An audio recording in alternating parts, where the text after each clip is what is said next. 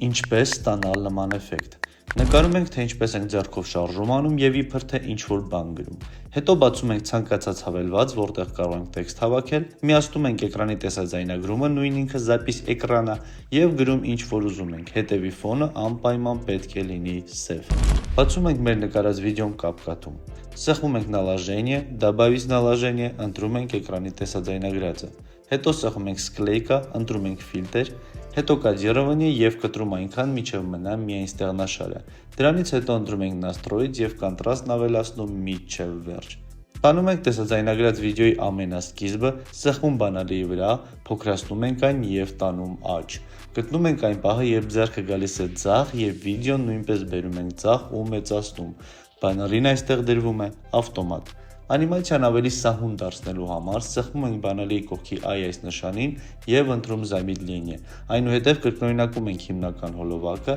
սեղմելով создать կոպիու, հետո наложение եւ բերում հավասարեցնում ենք հիմնական վիդեոյի հետ։ Հետո ընտրում ենք удалить фон, удаление с параметрами եւ նշում ենք ձեռքը ամբողջությամբ։ Եվ վերջապես տեքստ, добавить տեքստ եւ գրում նախընտրած տեքստը։ Հարմարեցնում ենք այս տեղնաշարի վերևում, ձգում ենք մինչեւ վիդեոյի վերջ, հետո մտնում անիմացիա, ընտրում печатный текст։ Եվ վերջ,